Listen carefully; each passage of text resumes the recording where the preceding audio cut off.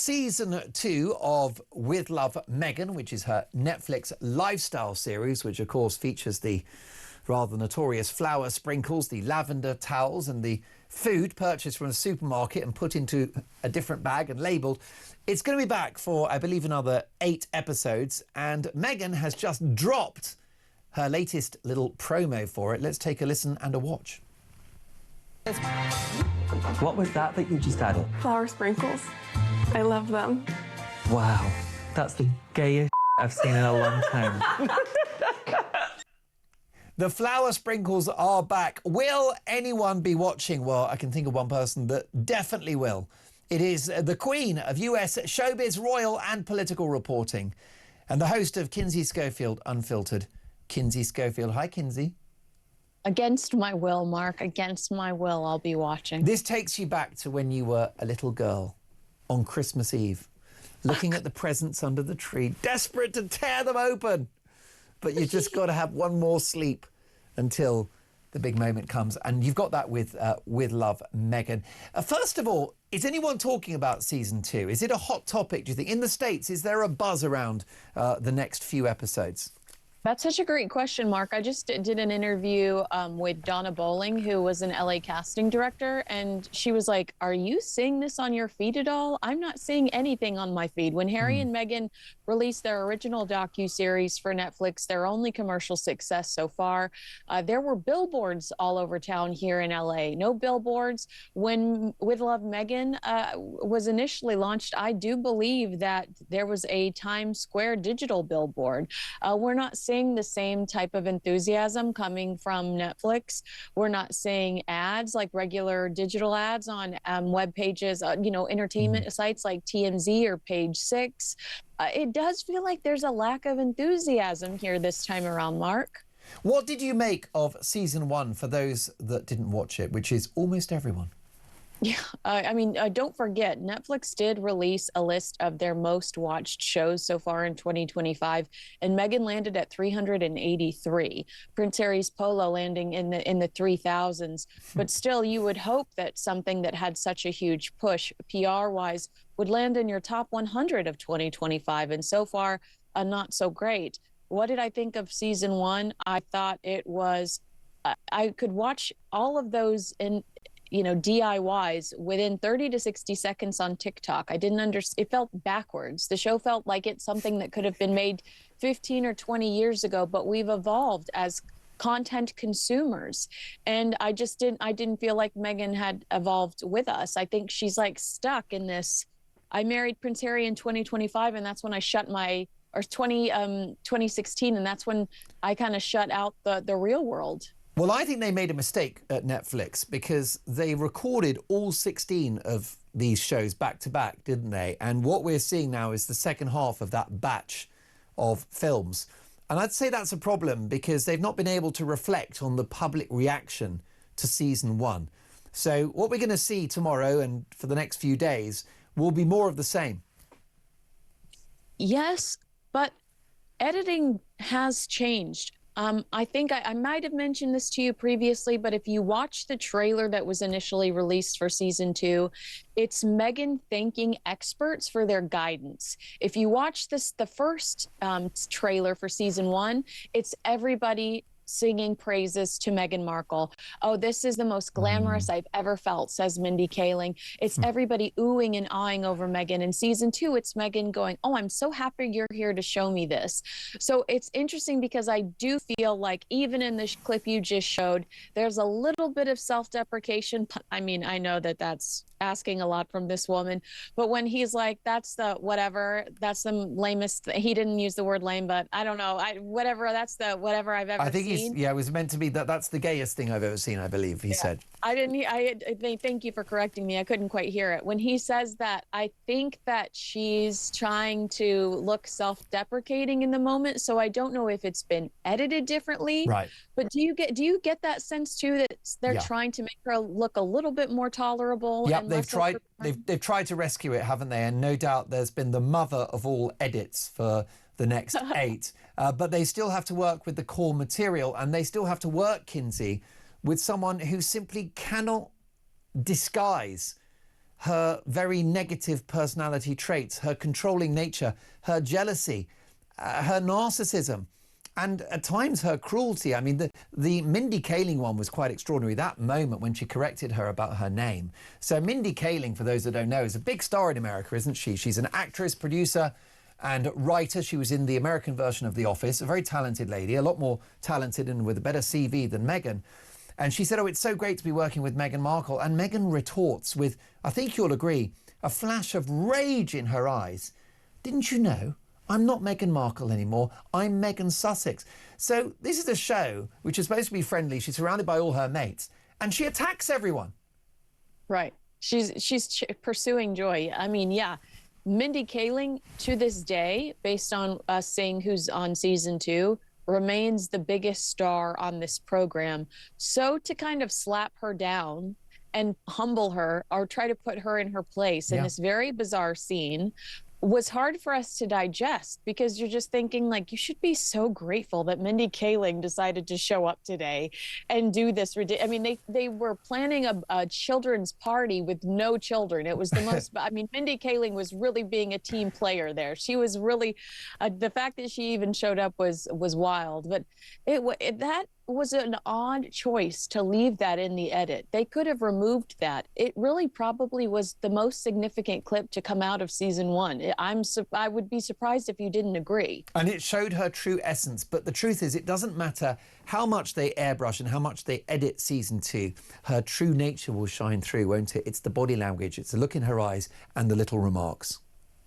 It is, and we'll have to look for that. I'm interviewing Scott Rouse of YouTube fame about the body language, so I'm excited to hear what he has to say. Oh, it's going to be fascinating. There's going to be a Christmas special as well, but it's not in any way a dead cert that this show is going to be recommissioned for so-called season 3. Is that right?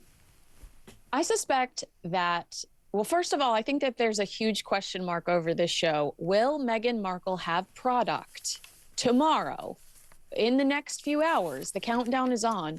Will she have the product to match the show? So will I be able to watch With Love Meghan and also jump on asever.com to purchase the fruit sprinkles? Because that is what this big experiment is about, Mark.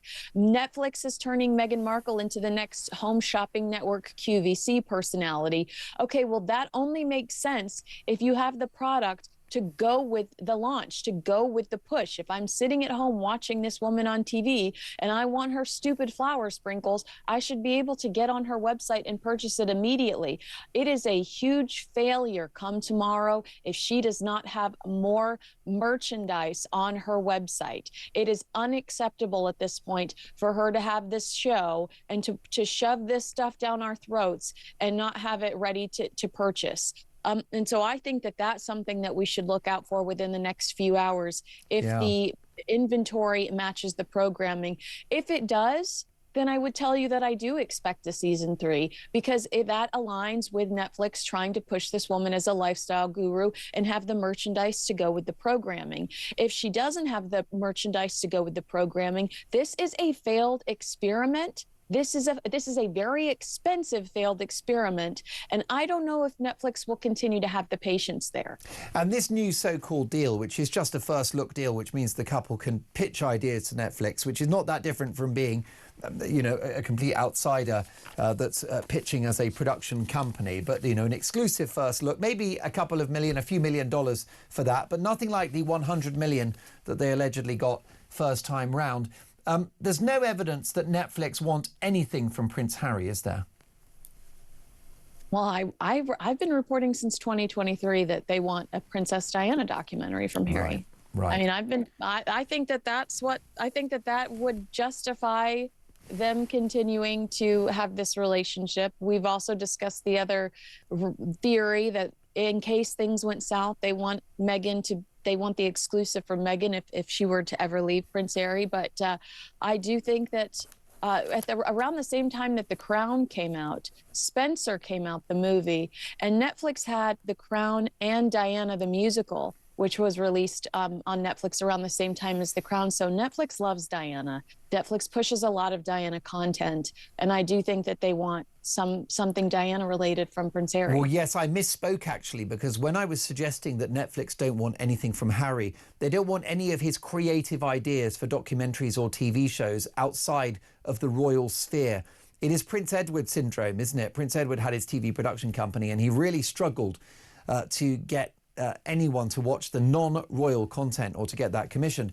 So Harry's meal ticket remains his family and his pedigree as a royal. Do you think there's any chance that he would make a Diana documentary? Because I suppose it's 30 years since Diana's passing in 2027. Is it conceivable that this could happen? I think yes. Again, I was the first to report this in 2024. I told Fox News that I knew of local people here in LA that were approaching him about a Diana documentary. And the Daily Beast makes a really great point that Harry sees Princess Diana as a symbol validating his own rebellion. And they think that Harry has every incentive to turn Diana into this icon of rebellion, positioning her as another royal crushed by the same forces that both Harry and Meghan claim to have escaped, a figure whose spirit justifies their departure. So this would not just be a way for Prince Harry to kind of hijack her legacy, which I know I say a lot, but I feel strongly about that. But it's a way for him to justify his actions with Meghan that have been so that we've criticized over the last 5 years. He's saying, look, you can't be mad at me. I'm just like my mom, but look what my mom did. And I think that it all, at the end of the day, aside from money, it's a PR exercise. It's another PR stunt from these two. And Harry does need money, doesn't he?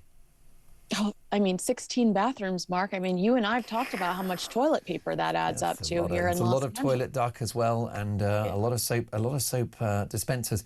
The bottom line is that, you know, this Meghan deal, it obviously would be predicated on him offering more royal content. However, he's between a rock and a hard place. If he makes a Diana documentary, that will enrage William, and it's pretty much game over for their relationship then, isn't it? I think we're at game over. But wow. You're right. I think we really are. I do. But when there was a Diana documentary made by both William and Harry on the 20th anniversary, and according to friends of Prince William, that was meant to be the last word on Princess Diana. William made that very clear at the time. You know, but obviously Prince Harry has started this new life in California, and there are very high expectations from Netflix and to keep them interested. And friends of William believe that Prince Harry is trying to claim Diana's legacy, and that if he does that, Prince William will fight back, whether it's an interview or him making his own documentary. They don't believe that Prince William will allow Harry to have the last word when it comes to the legacy of Princess Diana. Most definitely, because Harry said some quite obnoxious things about Prince William in relation to Diana in the book Spare, particularly about William's appearance. Yeah, saying that he was losing their mother's good looks, losing his hair and his mother's good looks. But here's my argument as a royal commentator and as a royal reporter, and you do the same thing that I do. Harry to me is not somebody that a trustworthy narrator when it comes to his mother's life. I don't trust Prince Harry. I don't think he's a credible source.